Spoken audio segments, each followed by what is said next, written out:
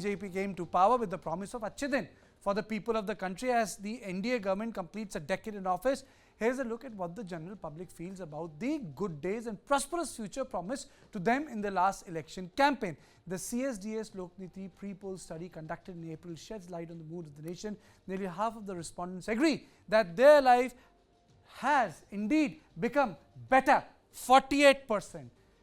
14% say that they have stayed the same, 35% worse, but 50% of the India says the quality of life has improved.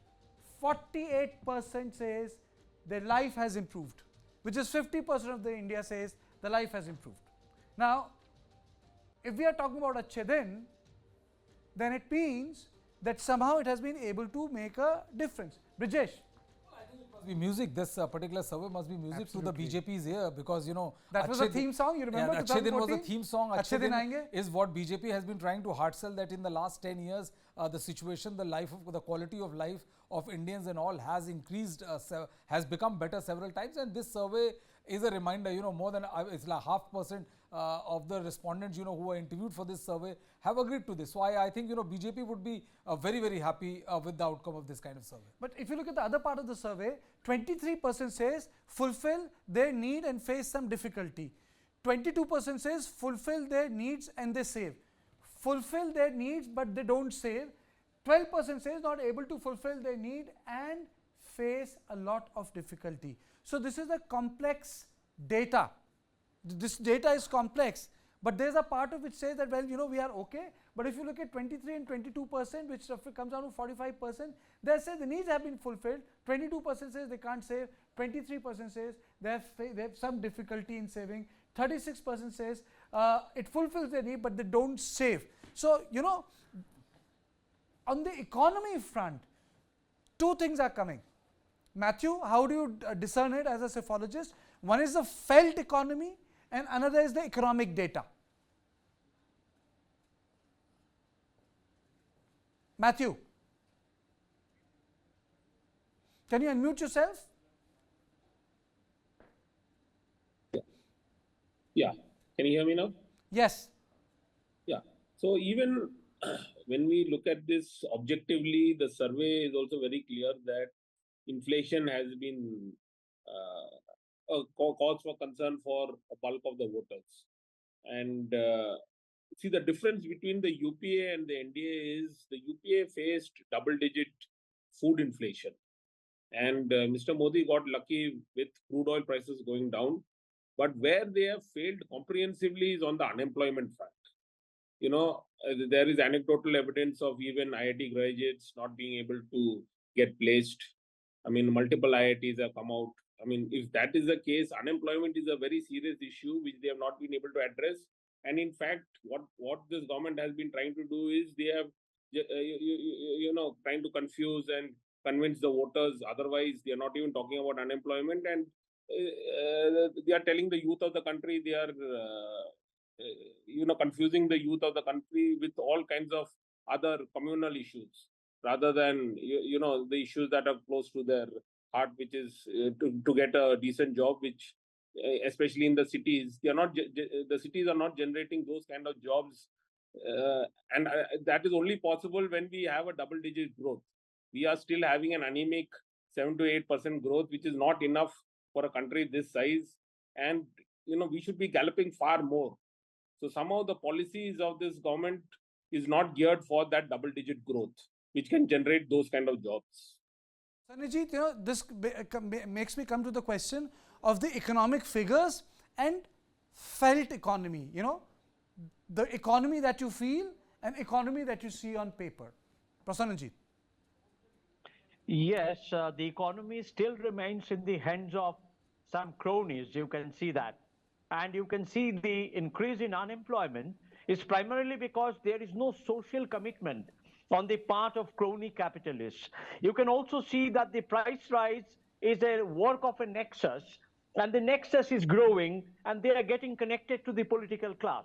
So therefore, you can see the political economy is such that this does not allow for much of a growth except 5 to 7%. And 5 to 7% growth in terms of real GDP actually doesn't mean much for a country like India. And we do not see at least 70% of the population coming up in terms of their increase in income.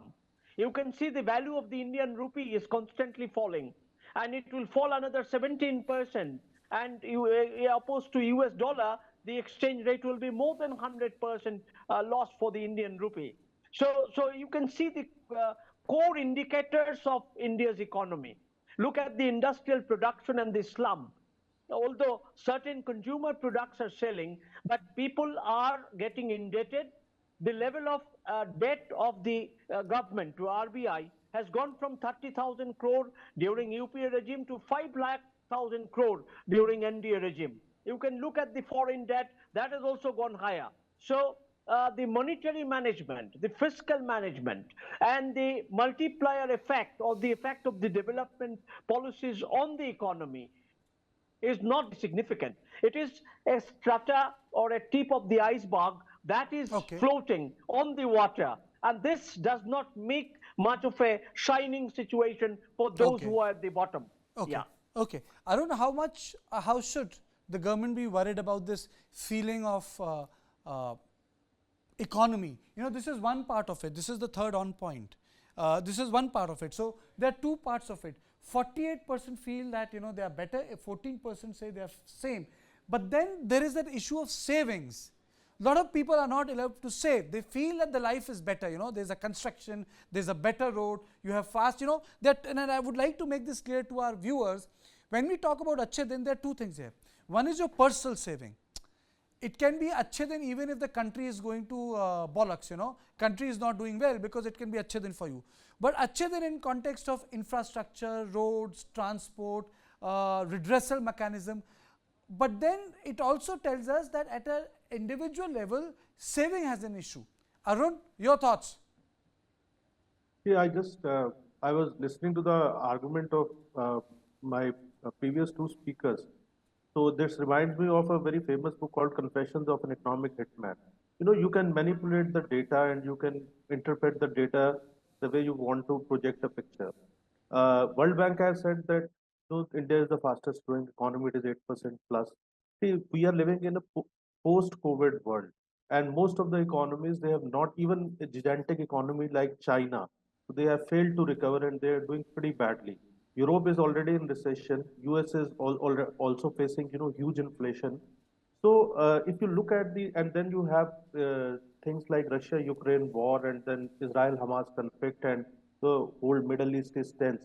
So if you look at the overall situation, India is doing pretty well as compared to, you know, the other nations. As far as, and a large number of people are getting, you know, free rations and the subsidies. And I think the biggest achievement of this government on the economic front is that they have plugged the leakages through DBT, and people are getting direct benefit transfers. One. Second is that as far as the jobs are concerned, again, I can give you data. There is one set of data which ILO has given, but then there is another set of data which you have from, you know, the Provident Fund organization, Employee Provident Fund. If you look at that, it means that 2 crore more jobs have been created, you know, over the last 2 to 3 years.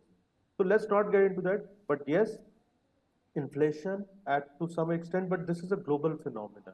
I think the government has been, you know, able to keep the food inflation under control. Yes, and you also have to understand that with, you know, the new tech disruptions, and the economy is also undergoing through a huge transformation when we are moving, you know, from a kind of a third world country to more into that, you know, the developed. No, there is a point when China cannot come out of the housing debt, it's collapsing, and the UK hasn't got up after post-Brexit, and even the American economy is having huge problems. In that context, I don't think India has done badly, Brijesh. No, basically, see, what we are discussing here is one is the state of economy, and the second is what the voters feel on the ground, what they perceive of the economy, the kind of ripple effect it has on their lives. So I think, you know, if you go by this part B, which is what the people on ground feel They feel Acche Din, they but feel they also Acche Din. say they can't but, save. But you know, it's a slightly, you know, once you start getting into the nitty-gritties, Karthike, of this particular survey, you know, there's a slight contradiction which I want to point out. You know, because in the earlier first segment we said that, you know, 48% feel that, you know, Acche Din have come. But if you come to the second slide, you know, the figure drops. It's like 23 and 22% makes it 45%, but there are 48% who feel that, you know, that they have not been able to save, and 33%, 36% says that, you know, the situation has not improved. So there's not much of a that difference. is what I'm saying. There's not much of a difference when you say whether Acche Din has arrived or... I don't take it like a contradiction. That is why I said this in the at the beginning of my discussion. You know, I don't see it as a contradiction, because when we talk about Acche Din can be about the other things that have happened. Like, for example, I said the road building, construction. For example, I can travel from Delhi to Haridwar and take my mother in 4 hours. 10 years ago, it would have taken me 7 hours. It was a horrendous road. That can be Acche Din. I can feel good about it. But I can also feel slightly uptight about the fact that the fast tags have become costly, and I might end up paying a lot of money on the road. So both are not mutually exclusive. It can also be about the fact that there has been a development. So people say, well, there's a good Acche Din. But if I ask you, what have you been able to save well? Say, well, I have not been able to save well. So, you know, it can be two sides of the same coin. Dr. Verma? Yes.